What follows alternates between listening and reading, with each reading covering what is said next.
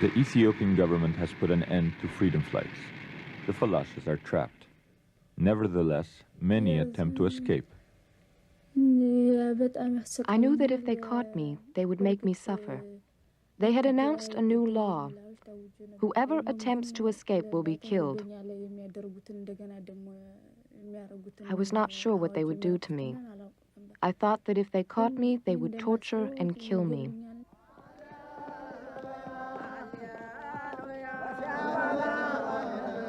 The 1977 airlift was the only official emigration negotiated to bring Falashas from Ethiopia to Israel. These are the Black Jews of Ethiopia. 3,000 have made it to Israel by diverse and dangerous routes. Each has a story of persecution and flight. Many have endured torture and the loss of family and friends. At the Western Wall in Jerusalem, they celebrate the return from Babylon. This ancient ceremony, lost to the rest of the Jewish world, is called Seged. This unique community and its supporters charge that Israel and the world Jewish community watch in silence while Falashas die. Israel denies this. Many call the denials a cover-up. I think the leadership of world Jewry is involved in this cover-up. Either they are not being told or they are told and do not want to indicate that they know. And if we remember in the Holocaust, the excuse was that we did not know, how could we do anything? Well, now they do know. We send return receipt letters with all kinds of documents. So we know that our leadership knows today. So there's no excuse for them not doing anything. And history will record this. You're telling me that after the Holocaust there's a quota on bringing these people to Israel? Yes, I think there's no question that there's a quota. There is a quota on bringing them into Israel, and that is a quota that is a policy of the government of Israel and the politicians, and they are keeping a secret from the rest of the world Jewish community, and it's a disgrace. Absolutely, unequivocally no. The story of my legal occupation is such that I always have to find motivation for such a dastardly charge. I can find none with respect to the American Jewish community, and I can find none with respect to the Israeli government. In my own visit to Ethiopia in 1965, when I went to the village of Ambober, some 30 Kohanim came to that synagogue and gave me a letter addressed to the President of Israel, begging to be lifted on the wings of eagles like their co-religionists across the Red Sea in Yemen as quickly as possible, otherwise they faced extinction. And it was signed in Isaiah's phrase, the remnants of Israel. Falasha origins are shrouded in mystery. No one knows how Jews first got to Ethiopia. Some say that Israelites fled to Africa after the destruction of the first temple in 587 BC. Others believe that their ancestors were Egyptian or Yemenite Jews.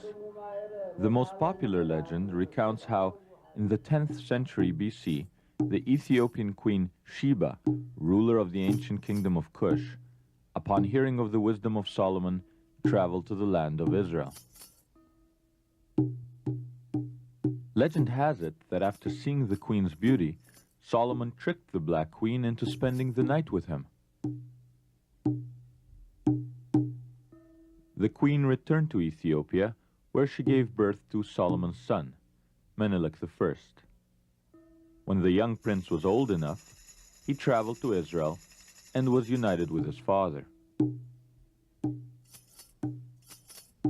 He returned to Ethiopia to firmly establish Judaism in his mother's kingdom. Whatever their origin, Jews have lived in Ethiopia for over 2 millennia. They practice a literal, pre-Talmudic Judaism, strictly observing the laws of Deuteronomy, including circumcision, the Sabbath, holidays, and dietary laws. For over 1,000 years, they ruled most of Ethiopia, preserving their independence longer than the ancient kingdoms of Israel. Their golden age came to an end. In the 17th century, they were defeated by Christians and given a choice: to convert or forever be Falasha, exiles. The Jews resisted. Many were killed. Others were forcibly converted. All lost their land. For centuries, they lived as tenant farmers, maligned as evil eyes, and restricted to outcast occupations such as metalworking. The isolated Falashas believed they were the last remaining Jews on earth.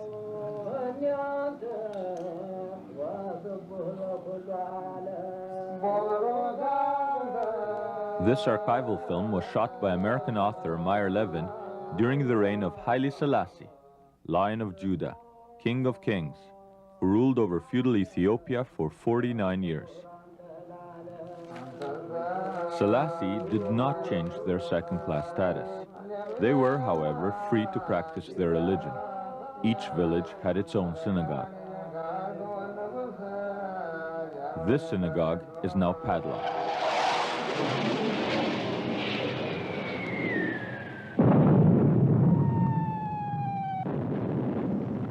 September 1974.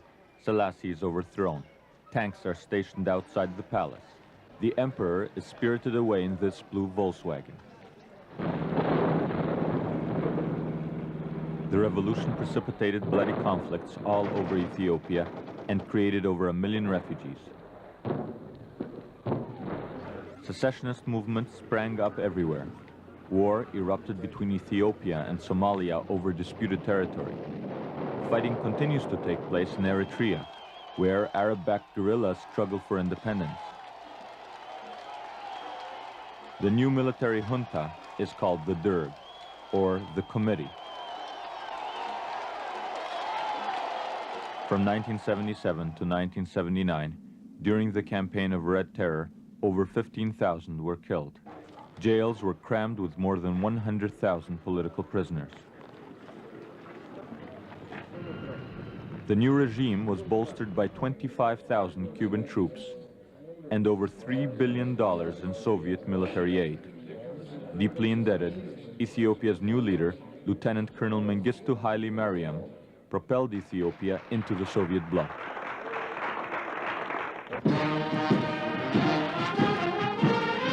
By the fall of 1982, when we surreptitiously shot this film in Ethiopia, the Derg controlled most of the country. Mengistu is seen here reviewing the elite of Africa's largest army with Yugoslavia's president, Peter Stambolic.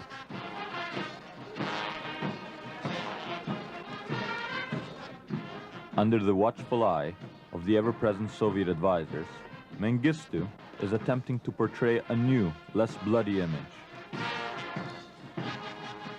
Yet violence is the hallmark of his own climb to the top. 1974, the top 60 officials of the old regime executed. General Aman Andom, a potential rival, executed. 1977, General Tafari Bante, another rival, murdered.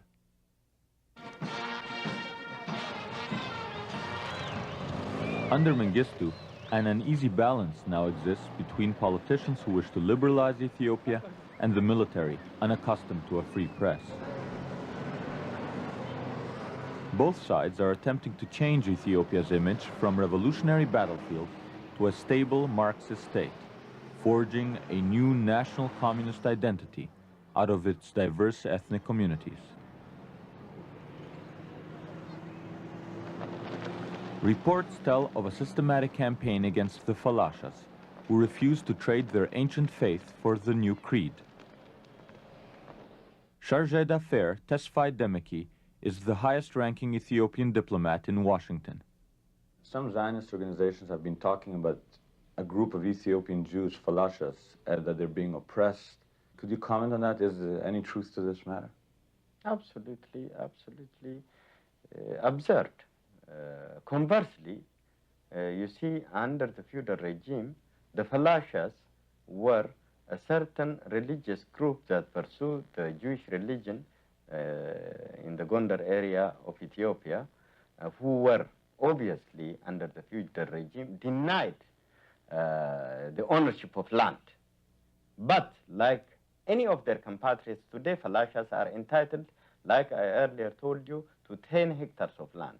They have the freedom to exercise, develop their religious practices, and are as well as other Ethiopians.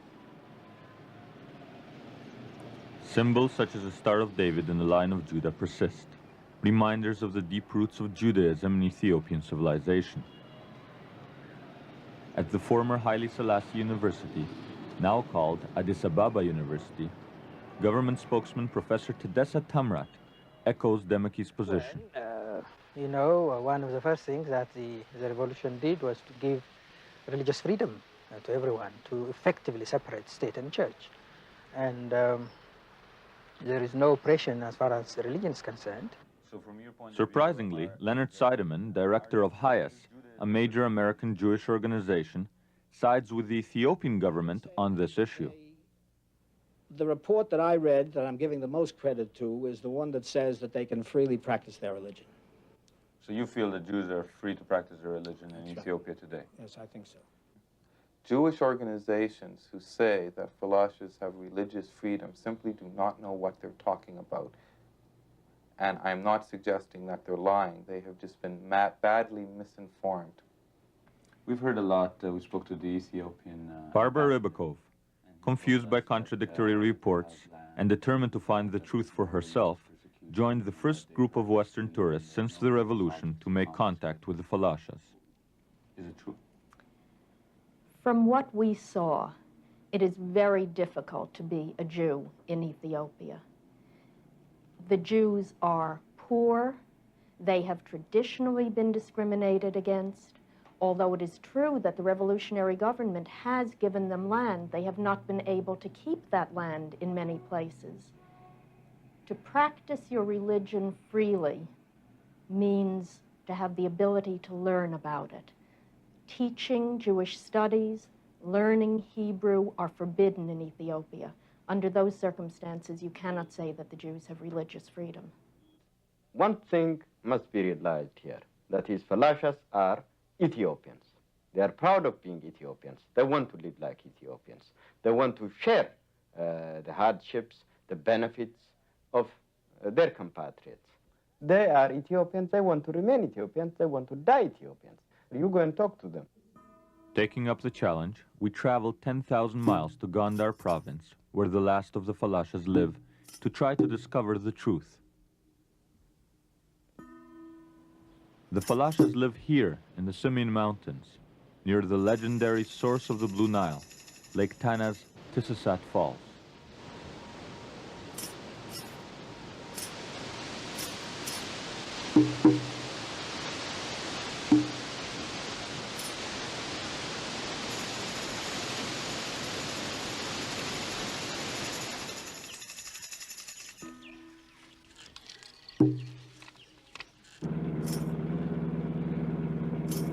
Governor Major Malaku Tefera runs Gondar like a military camp. He has padlocked synagogues, closed Hebrew schools, and imprisoned rabbis. We were warned not to make contact with the Falashas.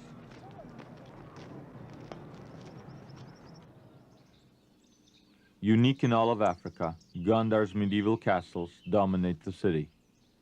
At that site, our appointed guide, Worku Sheru, explains his government's rationale for banning contact between the Falashas and Westerners. See that when people make something out of them and they are quaint, they are interesting for tourists, and they like to see these. On the other hand, we would like these people to abandon these bad habits. And it's because of that that you're not allowed to go visit and film their village. En route to the Simien Mountains, the guide became agitated as we attempted to film Falashas out of the Land Rover. You know, guys from the West, you have a fixation. I don't have a fixation. You do? No, really, let's go. Let's risk it. You know, I don't have it.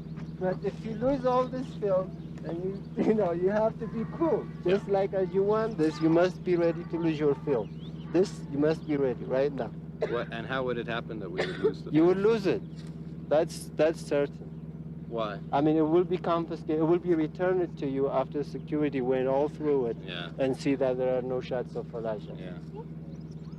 And you think that someone would find out if we'd gone to... It's certain. It's certain. That I don't doubt. I'm sure, you must realize, this is all... We're only 2 kilometers from Denmark. And I bet you they already know we are here. Listen, I'm not trying to stop you from going. I'm not to frighten you, but you must be ready to take what is. The consequences. The consequences. And anybody who can take the consequences is free to, even break laws and do whatever. But you have to be cool when it comes to consequences. Yeah.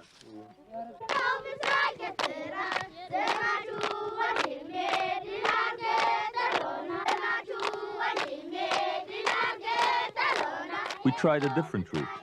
We realized that Falasha children living in this region would be attending state schools. We stopped at one such school and spoke to the teacher. The religion of most of these students. Christianity. Christians, they are following the religion of Christianity. But there are some that are not Christians. Yes, there are rare of the students are not following. Yes, some rare students are Jews. Are following the religion of Jews. Jews. How many Jews would there be amongst these? This school? In this school, there are some 7 or 10 Jewish students. And where do they live? Where do the Jewish people live? They are living around. The Jews are living all around this community. Do they live in separate villages, or are they all together? They are separated. They are not separated. They are mixed socially and politically with the people. The teacher pointed out this young Jewish girl who was now wearing a cross. Marxist-Leninist texts, revolutionary doctrine, and military training all form part of the curriculum.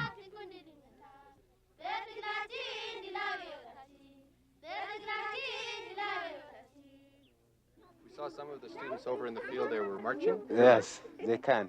They can march in military working like the Russian or the Cubans were marching.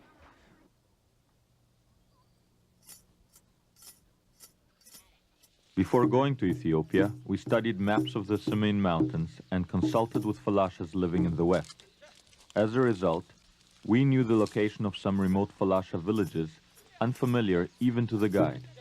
Pack horses loaded with camera gear, we began a 10-hour trek toward one isolated Falasha village. We were now joined by an army officer who boasted that he had killed 8 student rebels. In the hours to come, the guide who was lured unwittingly into a Falasha village would try to get out of his predicament by intimidating the villagers and mistranslating whenever the Falashas became too controversial.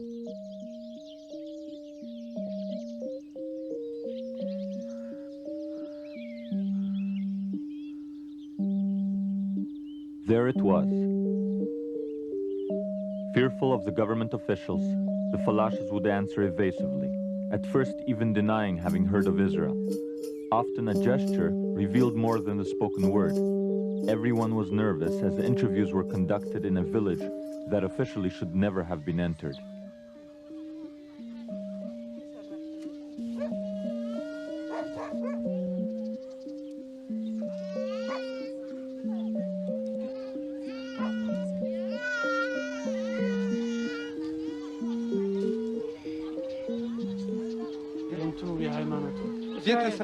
The House of Israel.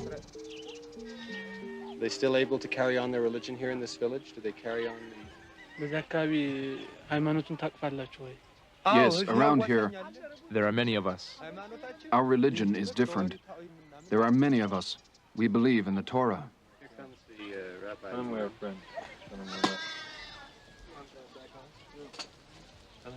Can he show us his Bible?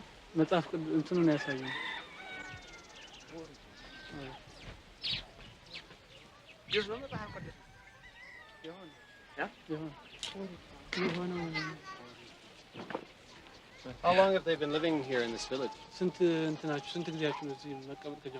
A long time. How long do you think? Our fathers' fathers died here.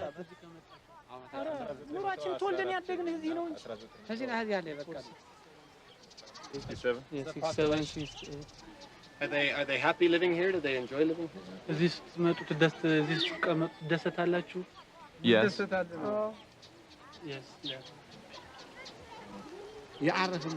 After he created the world on the 7th day, God rested. Do you understand now?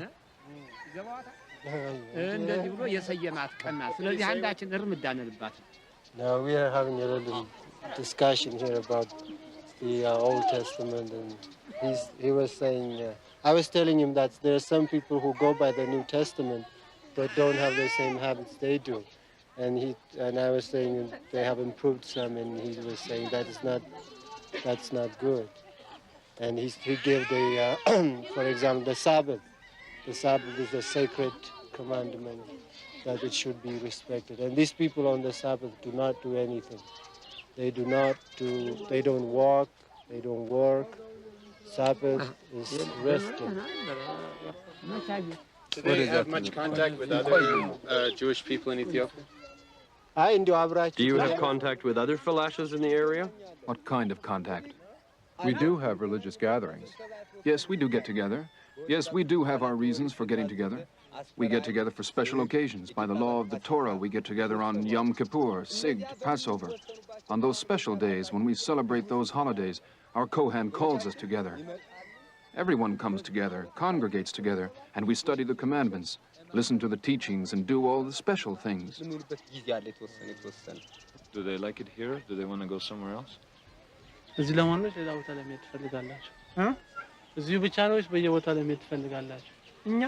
know about Israel and all that? No, you'd ask. Do you know of a country by the name of Israel? A foreign country? No, we have no way of knowing. We were born in Ethiopia, but we've heard rumors. We don't know if this place is in the country or outside. These days, when we listen to the radio and hear about what goes on outside the country, we hear Israel mentioned. But ourselves, we were born here, inside Ethiopia. Have heard of it by radio, but they've been born, their forefathers have been born in Ethiopia, and they are Ethiopians, they know of Ethiopia. But now they hear by radio some things about Israel. But they're happy to be in Ethiopia. Are you happy to be living in Ethiopia? Even if you're not happy, you haven't got a choice. What can we do? These people think you have a connection with Israel. But you are Ethiopians, whether you like it or not. This is your country. Yes, yes, we are just simple people. We don't know about these things. Our fathers died here. We are already old. We will end our lives here too. He says, you know, their forefathers' roots have been rooted here, and they have grown old here, and this is the country they know. Has it changed for them since the revolution? Has it got better for them here? Has it become better for you since the revolution? Sure, the new laws are good. For example, the law concerning land distribution and the laws concerning equal work opportunities. But the peasants' associations, which were set up to implement these new laws for the benefit of the poor, have not done so. And we are still suffering. We are suffering. The hunger, the many problems, the anguish is still on our shoulders. We still carry the burden. It's the peasants' associations which refuse to implement the new laws when it comes to us. Do you think you'll ever leave Ethiopia? Man does not follow the path of his own thoughts. It is the will of God that determines his destiny. The path God chooses for us, you can be sure will be the right one. It's extraordinary they've been able to keep this religion, which is rather very old-fashioned. Our fathers, it comes down from our fathers. We are strong because of our religion. We don't want to break the commandments. We are prisoners of the Torah. Are they also doing the pottery and selling things to tourists like we see, like we've heard about in other? Yes, the women and all of us work hard. We work hard, but they take it from us without paying. What do you mean without paying? You give it for free? Free? No, we work hard with all the effort we have, and then others take it. They don't leave us anything. If they pay us very little. To say that you work for nothing, that's not good to say. There's a peasants' association. If they hear about this, they will take some action. There is a peasants' association. There is a local governor working on these problems. Forget about the peasants' association. All they care about is themselves. You shouldn't say such things. They supply all the iron work, the iron tools. the pottery, household goods, and weaving for the people around here. And that is now supported by a new hope, which is they can harvest with farming too, but that they still do that. While the guides were distracted at one end of the village, some of us had a few moments alone with the Falashas. Immediately, one young man took out an outlawed book from Israel and showed us that in the isolation of the Simeon Mountains, he has taught himself to read Hebrew.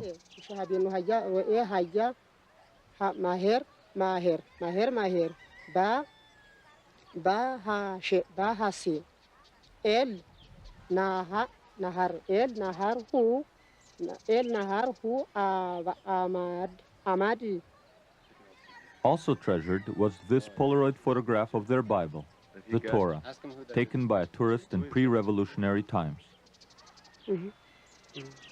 Ask him who it is, son. Mize. הוא יודע? מי נתן לה? תורה? תורה. כן. שלום.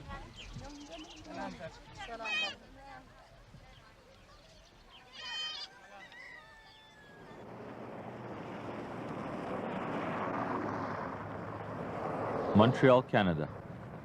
Baruch Tegeni runs a small diner here. He escaped his native village in Gondar after the revolution. Tegeni's odyssey to freedom in 1975 took him past Ethiopian patrols into the Sudan. He then fled to Chad. He walked for 2 days without water in the Sahara Desert. From Chad, he went to Cameroon and on to Nigeria, where he caught a plane to Rome and finally to Israel.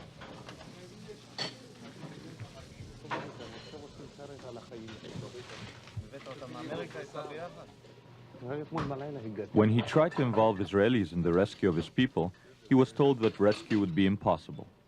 Frustrated, he came to Canada with his Canadian-born wife to raise support in America for the Falashas. With funds from the American Association for Ethiopian Jews, in 1979 he returned to Africa and smuggled 54 Falashas to freedom, thereby proving that rescue is possible. Do you think that the situation has changed at all since the revolution in villages like that? Nothing changed. It's my opinion. It's first of all when it started the revolution, so they decide to the Falasha, they never had their own land. So this is the first time after the revolution they start to give them land. But still the people, they didn't want them to own any piece of land in that place. So it doesn't matter, probably the law exists, but the landowner, they never give a piece of land to them. And then there are few left, so they cannot protect themselves by any kind of way. So they're just like a prisoner people. Start by telling me how you first... Rejecting assimilation and believing that the Jewish community in Ethiopia faces its final crisis, thousands have fled into neighboring countries. This young Falasha woman, whose family still lives in Ethiopia, made it to freedom on her second attempt.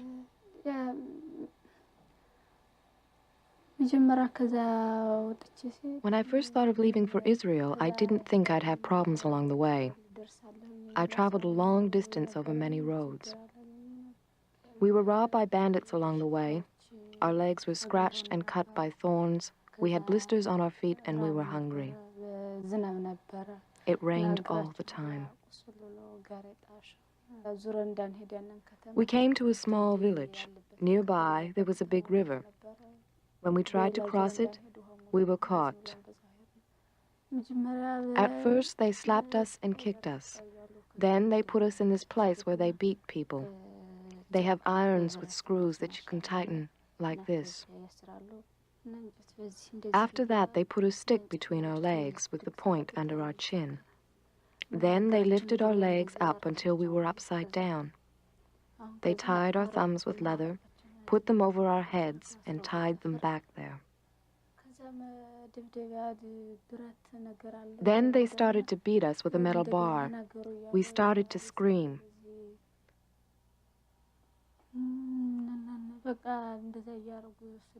That was the way they tortured us. They scared us by telling us they were going to kill us, so we never thought we would be released. The irons were so tight the blood could not circulate. Our hands and feet became swollen and some became paralyzed.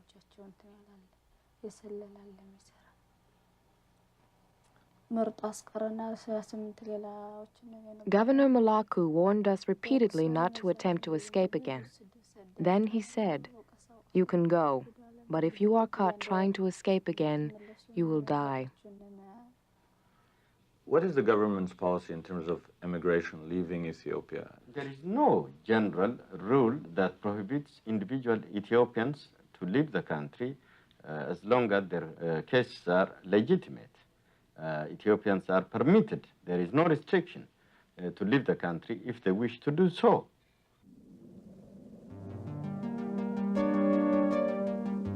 Drought periodically sweeps Ethiopia. In the 1970s, famine ravaged many of Ethiopia's provinces.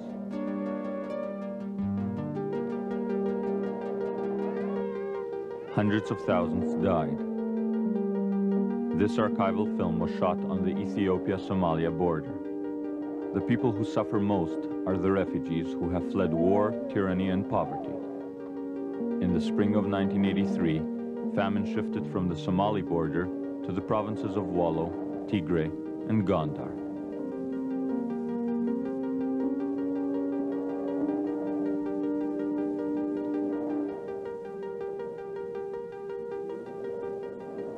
In the belief that escape from Ethiopia would mean refuge in Israel, thousands of Falashas have become refugees in the Sudan.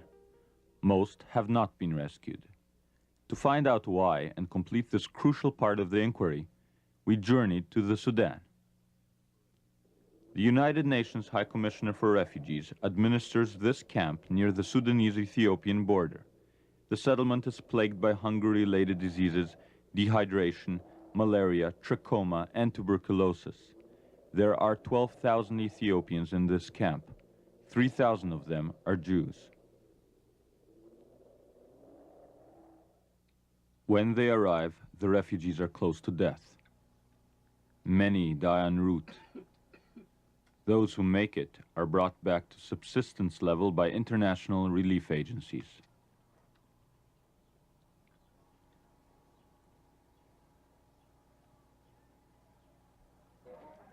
Ironically, the Jews have fled persecution only to encounter even more of it here.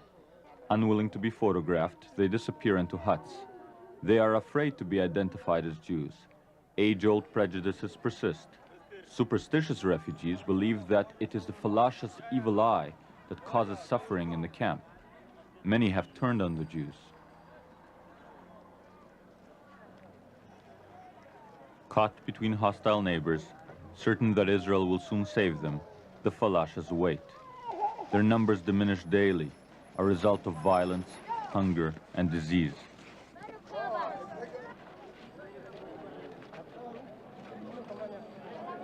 "600 children die in that refugee camp.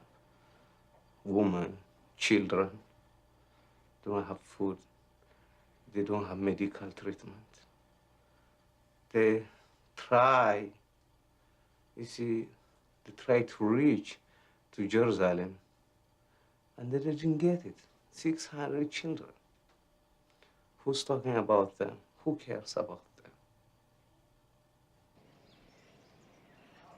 Where the White Nile meets the Blue Nile, Khartoum, capital of the Sudan. A poor country chafing under the burden of hosting hundreds of thousands of refugees. We came here for two reasons. First, Israeli officials claim they cannot help Falashas because Israel has no diplomatic relations with this Arab country. Second, Jewish organizations in America say that the Sudanese put obstacles in the way of refugee aid. Sitting on the left, First Vice President of Sudan, Omer Mohammed El-Tayeb. And on the right, Ambassador to Washington, Duner Sabe Aissa. We asked them whether there was any truth to these allegations. No, there is no grounds for this at all. On the contrary, we have been cooperating with all voluntary organizations in the United States and through the United Nations in trying to facilitate the departure of any refugees who found another homeland. Their springboard is the Sudan. Some of them have crossed the border to Israel. Some of them went to Rome. Some of them go to England. And we certainly would be happy to share with any friendly country this burden. It is a burden on the Sudan. It's a burden on in our economy. And certainly would very much like to see voluntary repatriation of refugees, either to another land or to their country if situations make it possible. We hope the West will help in receiving some of these refugees, as the ambassador said before, and this will help them for their future. In the Sudan, we are very flexible if they want to leave the country for any other country, especially the West, where they can find better life, good future.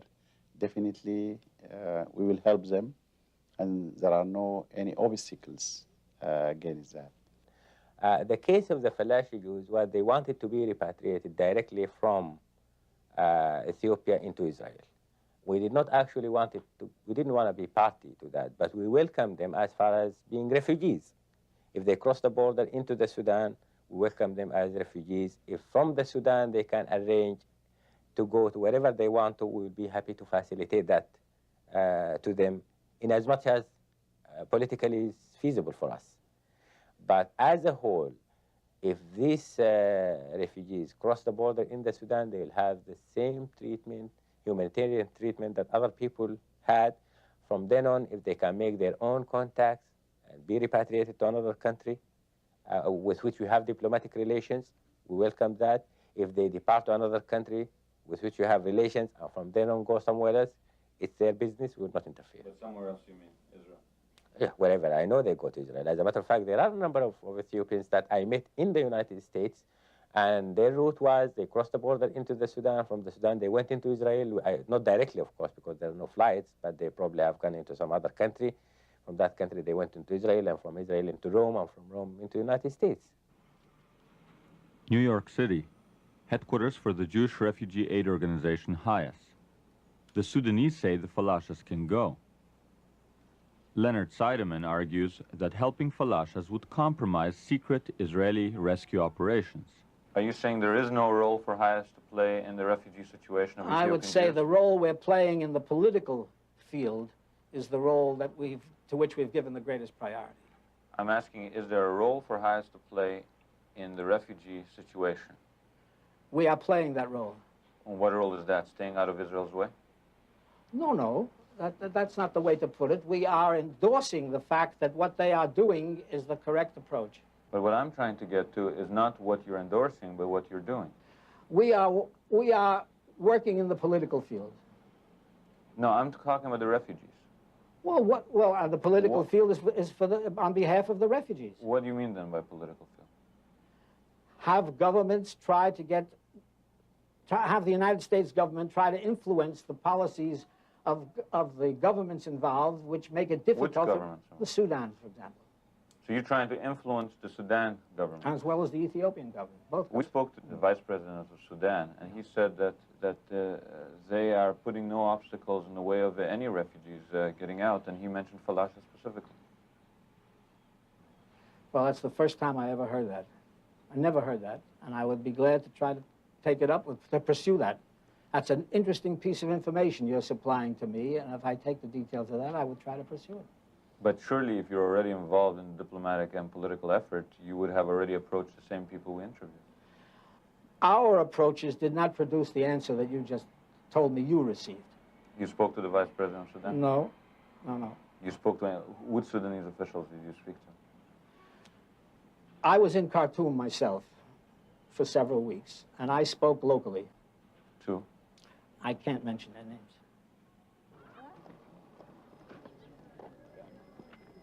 The camps are open. Every day refugees depart for new lives elsewhere. Yet no one sponsors the Falashas. The principal reason given for not helping Falashas is that everything is being done to save them by undercover means. In an unprecedented interview, two Mossad, or Israeli Secret Service operatives, say this is not true. I was an operative for 10 months. During those 10 months, we rescued 1,600 people. Yes, I worked together with him. Before that, I was also active. For how long? I was an operative approximately 5 months. I'm told that everything possible is being done. Do you believe this? How can we believe it? Why? There are only a few people there. Do you understand? Because there are only a few people, they have to share the work. So 2 or 3 people do work hard. But if there were more people working on this, it would be possible to take those people out.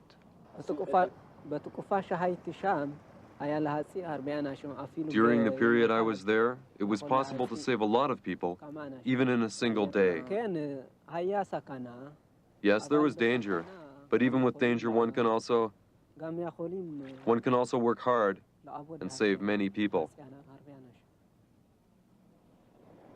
Have you made any efforts to reach those camps, identify and save some Jews? Well, I explained earlier that there are efforts which are going on which we endorse, and so we don't get in their way. How do you think the ones who have reached Israel already ever got there? Have you brought them to Israel? No, it was not our operation, but it's an operation which we endorse. But during the years that you said that nobody was getting out, what was Hayas doing?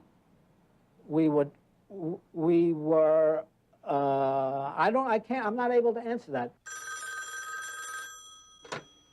Hello. Yes. Nate Shapiro is president of the American Association for Ethiopian Jews. Okay. All right. From his home in Chicago, he has initiated several attempts to rescue Falashas. Has your organization saved people? We have been responsible for bringing close to 150 people out in one way or another to freedom. The response by the government of Israel has always been to bring out many, many more very quickly, and we hope they continue to. At which point the American Jewish community says, well, you brought out 10, they brought out 100, you brought out 50, that brought out 500. But of course that isn't the issue. The issue is that we're a ragtag group of amateurs who shouldn't be able to bring out anybody if it's as difficult as they say.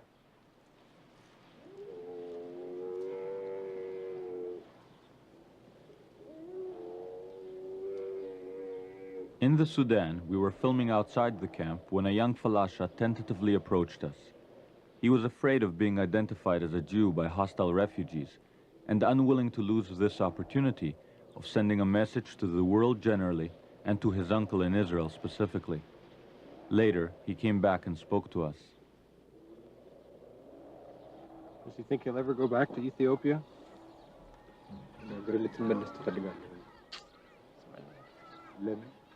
Never. I'm not going back, because it's not just me. Even our brothers inside Ethiopia. I wish they could get out. They are sitting on a fire.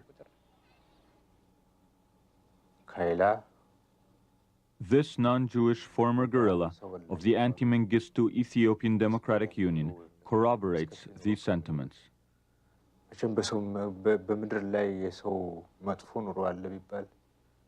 Falashas live a miserable life. On the face of this earth, I do not believe there is anyone who leads a more wretched life than they.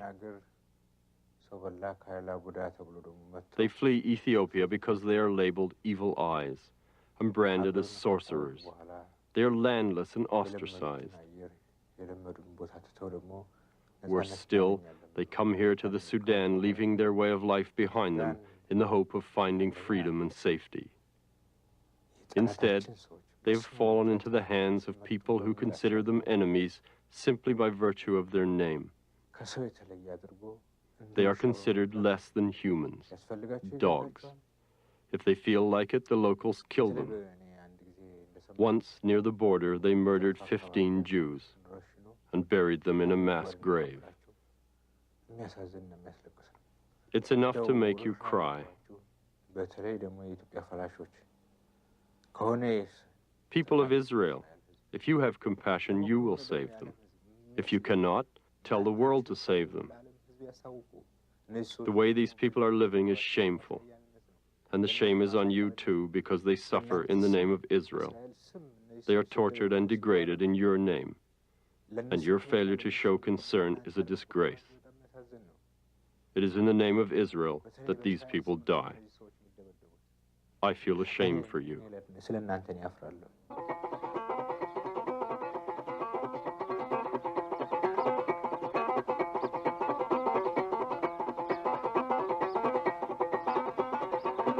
The young Falasha refugee requested that we film him singing a song he had composed, a cryptic poem about his yearning to see the skies over Jerusalem, to see the surviving Falashas brought to Israel before they all die.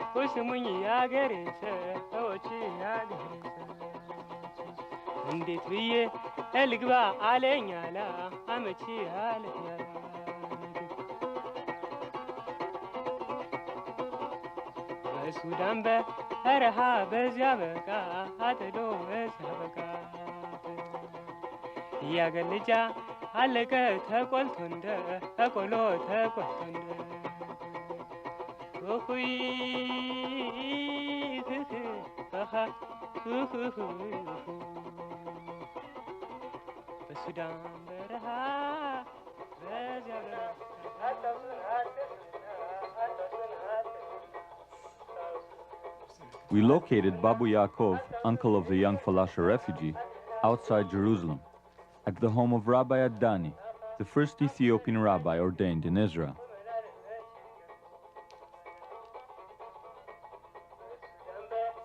Since his nephew fled to the Sudan, Babu did not know whether the boy was alive or dead. He said, remember us, don't forget us. We are in their place where they live, and the situation is very hard. As he said, like how do you say that? Corn. Like a corn in the fire. I was afraid to his family there when he escaped, because if anyone from the Jewish people escaped to another place, all his family was punished. I think it is a message, just in another way. What is the message?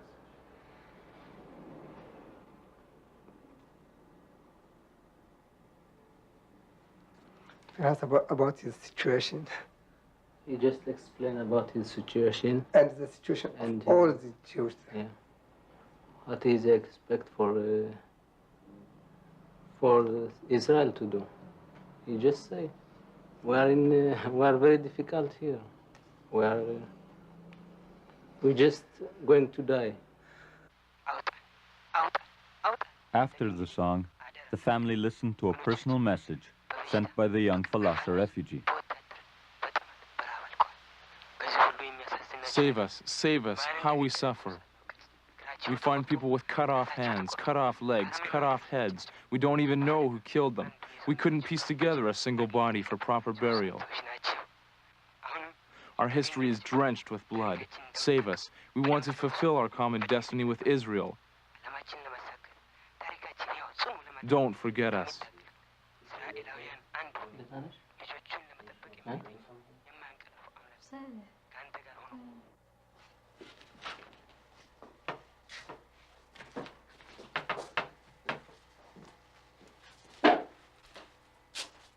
I just sometimes I couldn't understand it, why we should suffer. I mean, what we done? We are innocent people. We are not criminal. We're just a black and Jew who like to preserve, which we were keeping this religion, I don't know for how long, in Ethiopia, more than 2,000 years. Just that we try to give our life for that specific, because we felt we are not guilty. Israel's parliament, the Knesset. The Falasha controversy is growing. We tried to get specific answers. Why were negotiations with Ethiopia impossible? Why have international relief agencies not been asked to save Falasha refugees? Why do Mossad operatives not receive proper logistical support? The Prime Minister and senior officials declined comment. Former Prime Minister Yitzhak Rabin, seen on the left, defends past and present policies.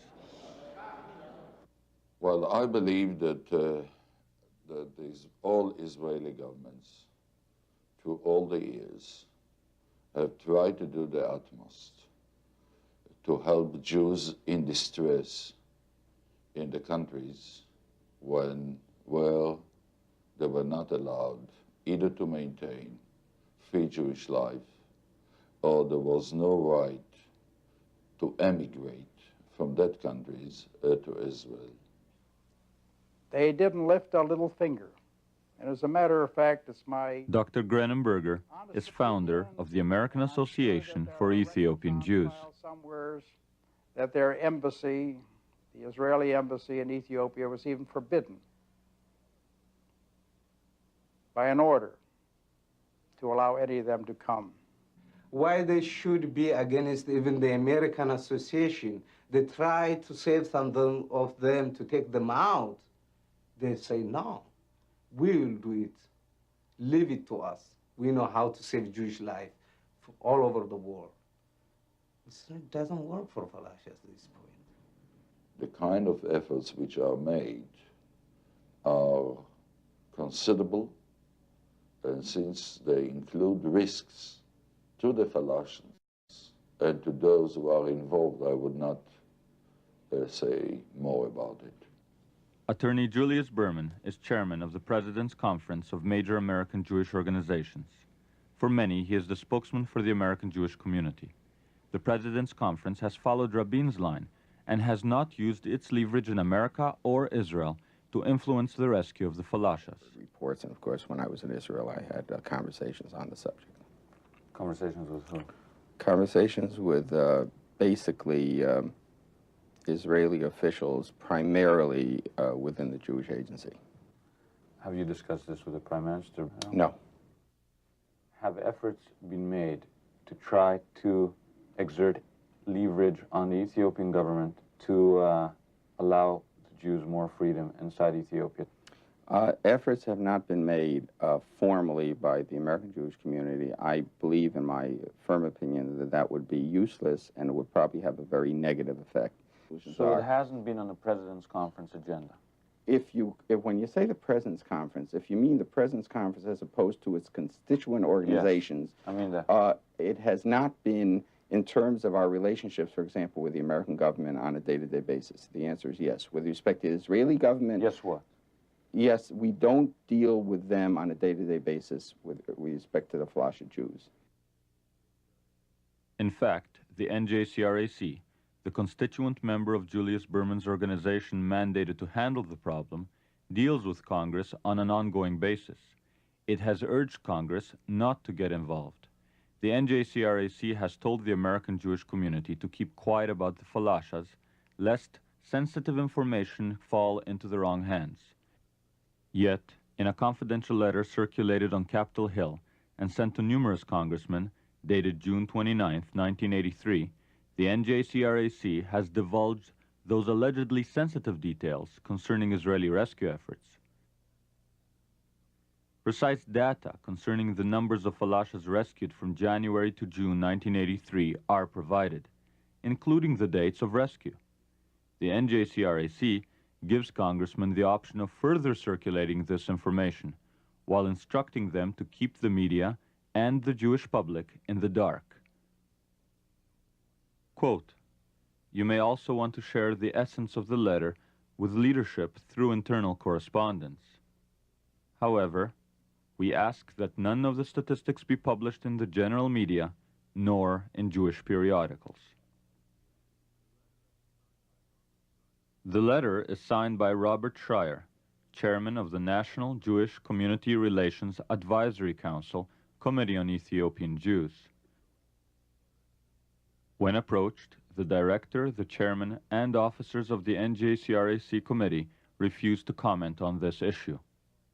When people come here from Israel and tell us to keep our voices quiet, when the material is censored in Israel itself and has been until this very day, how can anyone get active? When, if you speak out on their behalf, you're labeled a kook and the blood will be on your hands, how can any possible effort be made to form an organization to help people when help is equated with quiet?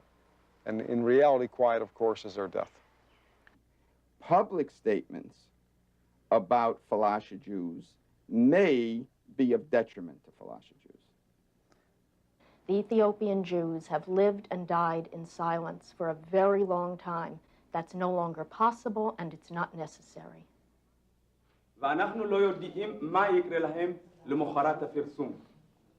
Frustrated with their leadership, no longer willing to believe that silence is the best way to help Ethiopian Jews, in Jerusalem, pro-Falasha activists decide to go public. They reject member of Knesset Shlomo Hillal's arguments that publicity may endanger undercover efforts and provoke Ethiopia and the Sudan to harm Falashas.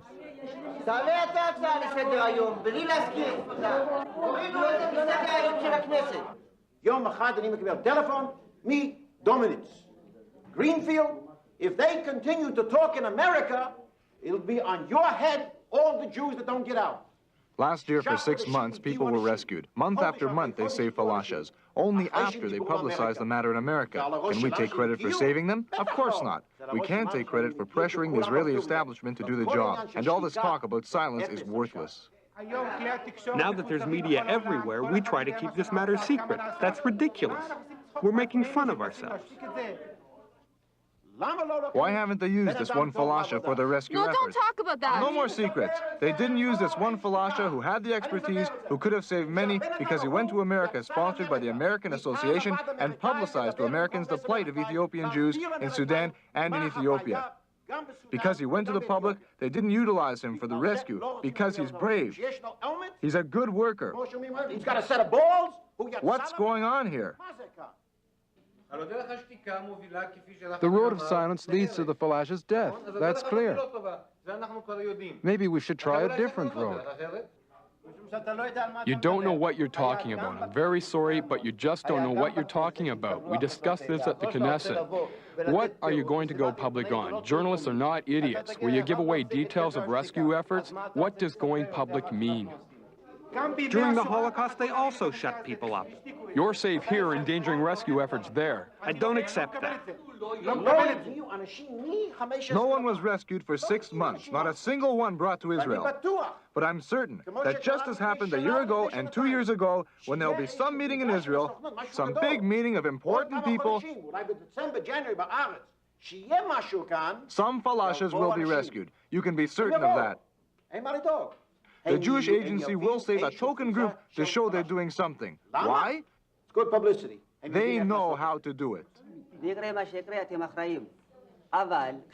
say that if we publicize the matter and if people die, it'll be our fault. But when we keep silent and Falashas die, do they take responsibility for that? I'm an Israeli who's done everything for this country. When I asked for help, they sent me to the Red Cross. I'm left speechless.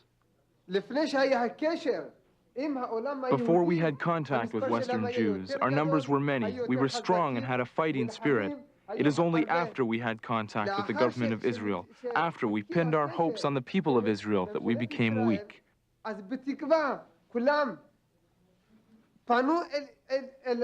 When we believed that Israel would come and save us, I really mean save us. They're still waiting over there for an airplane to come and scoop them up to safety. They're still waiting as their numbers diminish and they disappear. This man you see here in the picture, he's no longer freely practicing his religion. His situation has totally changed. If we keep sitting here, talking and doing nothing, by the time you move to save them, there won't be any Jews left there. They'll be either dead or forced to assimilate. They will have chance to show their culture and like other Ethiopians when they accept that they're Ethiopians. But it is not good for anyone to think that there's a Jerusalem somewhere. That's just is not healthy. The sooner they abandon that, the better for them and for everybody else. Why would Israel forsake the Falashas who have not forgotten Jerusalem? Babu's story may provide part of the answer. From the 16th century, important rabbis have ruled that Falashas are Jews. Babu arrived here in 1970, 4 years before Israel's chief rabbis reaffirmed that ruling. To qualify for automatic citizenship, a privilege extended to all Jews, Babu had to convert. Why did they not recognize that you're a Jew? I don't know. Still, I don't know why. They said we are not keep all the Torah as they want to keep it. They said we are living Goys a long time, so we are not exactly perfect Jews. How did it make you feel? I was shocked in that time. I every time believed there when I was in Ethiopia. I didn't think about this.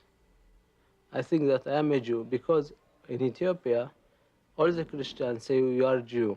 You have a lot of names, bad names for the Jews in Ethiopia. So when I arrived here, I get that name also here. It shocks me. We try to say that we are Jews. We want to live in Israel.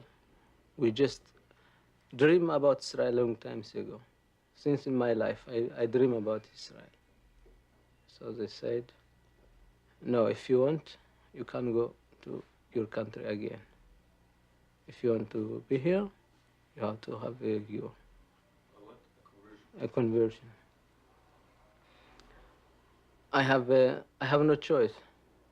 I do not want to go back to Ethiopia. So they pressed me to do it. So you converted to Judaism? Yeah. But you're already a Jew. I'm already a Jew. Israel was created in order to be a homeland for Jews. And we all say if Israel existed 40 years ago, there'd be 6 million more Jews alive today. Well, Israel exists today, and there are 20,000 Jews who are striving to be in Israel. And if efforts were made, I feel they could all have been in Israel years ago. Why didn't they want them? Maybe it's because they were poor, because they were universally poor. And maybe it's because they were illiterate, and 90% of them were illiterate, and they couldn't even read or write in their own native dialects. Maybe it's also because they were black. I take issue with people who think it's racist. First of all, the people in Israel delight in seeing Ethiopian Jews. They're proud of it. But you see elements in the National Religious Party, and it's no secret. You can research some of the Orthodox Jewish statements on this subject, really don't believe these people are Jews. And because some people in the religious hierarchy in Israel don't accept them as Jews, others go along with it. And because the National Religious Party, the Mafdal, is an important part of the coalition government, the Prime Minister is forced to make this concession.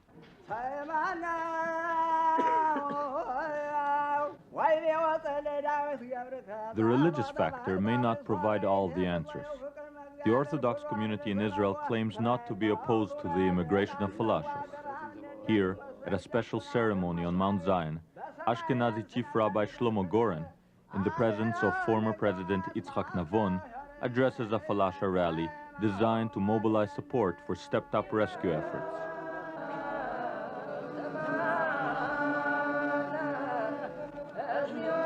All the Ethiopian Jews present here have left family members behind in Ethiopia or in refugee camps in the Sudan.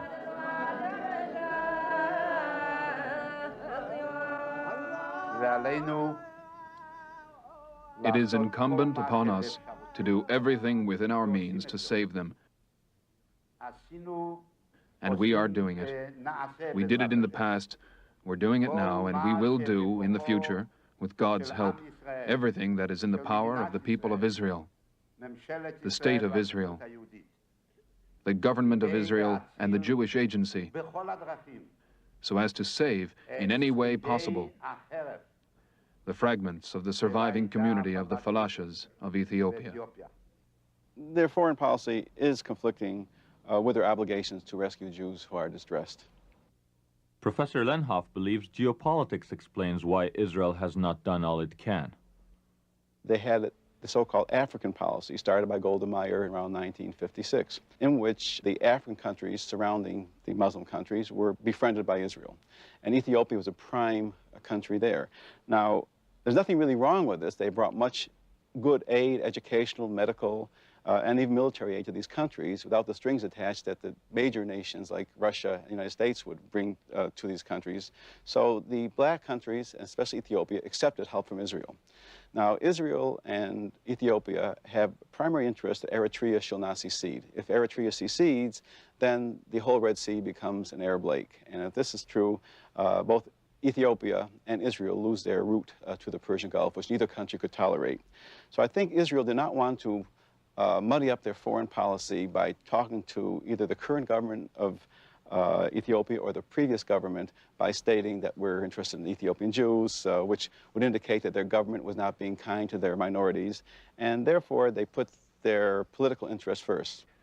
2.5 years ago, a member of the government of Israel came to me, met with me, and told me under no circumstances would they take more than 1,000 Ethiopian Jews per year over a period of 7 years. It is an important problem to... Labor member of Knesset Moshe Shachal believes that social reasons explain why, 40 years after the Holocaust, Israel would regulate the immigration of Jews in distress. These people.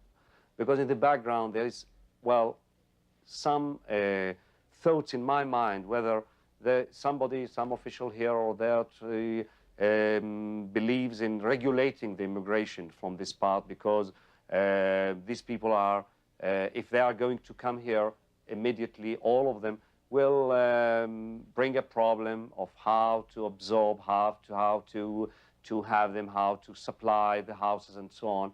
So it is better idea to regulate the immigration, which I cannot entirely agree with.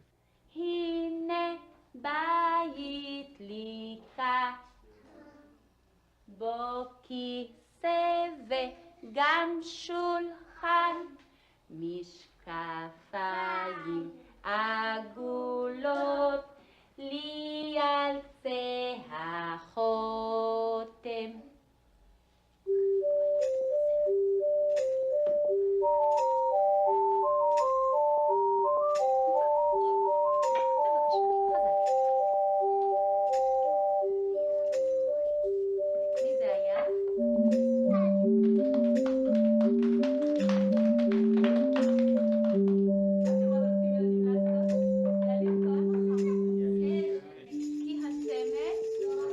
Though Shachal suspects that problems of absorption may be slowing down the rescue, in January 1982, the Department of Immigration and Absorption, in a confidential internal report, admitted that absorption of Falashas had been remarkably successful.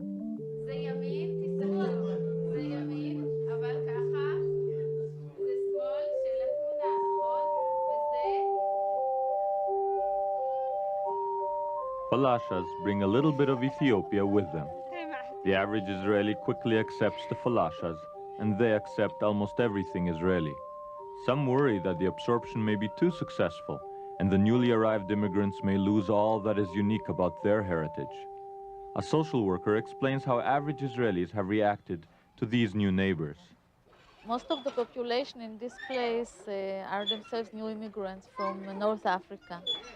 And they felt very identified with the population that is arriving, and they felt that their situation was even worse than theirs was when they arrived, and they wanted to help.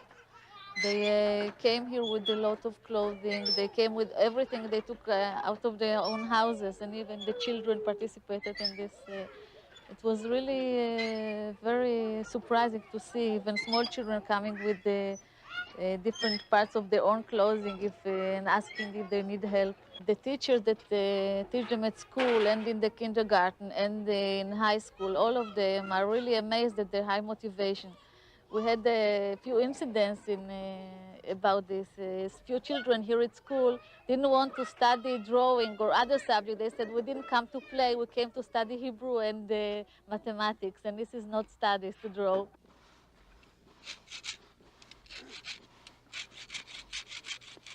For over 2,000 years, the Falashas have faithfully preserved a form of Judaism and a way of life that has been virtually untouched by change. Their numbers have diminished from an estimated 500,000 to fewer than 28,000 today. Now, revolution and ideology, geopolitics and prejudice have caught up with them. They have been catapulted into the 20th century. Babu is an electrician in Israel's aircraft industry. He believes that there is a place for his people in the 20th century. He wonders, however, whether they will get the chance to find that place. Why do you think the government here isn't doing more about it? I don't know. I don't know why. I think because we are black, or they think that we will not do for Israel nothing, but that is wrong thing. I think we'll do a lot of things for Israel. We are going to the army, we are going to school. We do everything what the people in Israel do. Perhaps it is because the black Jews in Ethiopia fit no one's stereotype. They're Jews, they're black, they're Zionist, and they're third world. All those elements together in one person does not necessarily win friends. You know what? The Falasha problem, there is two problems. They are Jewish among the black, and then they are black among the Jewish whites. That's the whole problem. They're not Jews, they're Ethiopians. There's a big difference. They just happen to believe, and that is a fascinating and the curious thing about them. They have preserved this old, quaint form of Judaism. These are human beings who want to live as Jews. It is up to all of us to see to it that this absolutely remarkable Jewish community is not made to disappear from the face of the earth. There are only 3,064 Ethiopian Jews in Israel. There's still about 20,000 left in the Horn of Africa. Every reliable indication is that if they're not taken out at the rate of at least 300 a month, very few of them will be around, identified with the Jewish people, and retaining that identity, that tenacious relationship with Judaism for the better part of 3,000 years. They'll be totally assimilated and lost. Before the onset of the Sabbath, we filmed Rabbi Adani presiding over Sabbath dinner.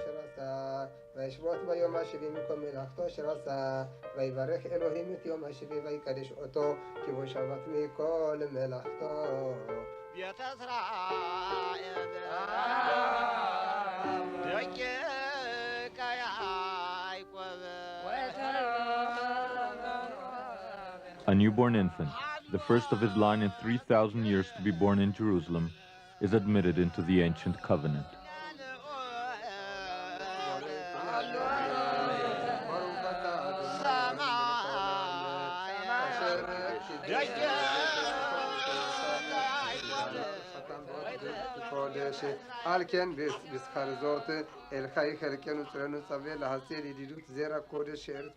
I can see someday some great sculpture will attempt to render how an ancient Jewish community disappeared.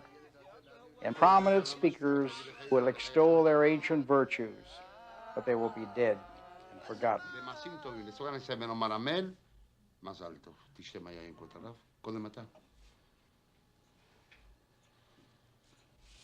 איפה האמא של התינוק?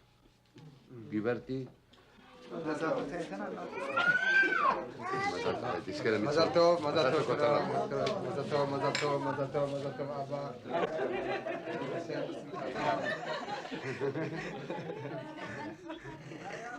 If there is a brother, when you need him, when you are suffering, you need the brother that time. That's the only things. We survive without anybody in Ethiopia, without any assistance.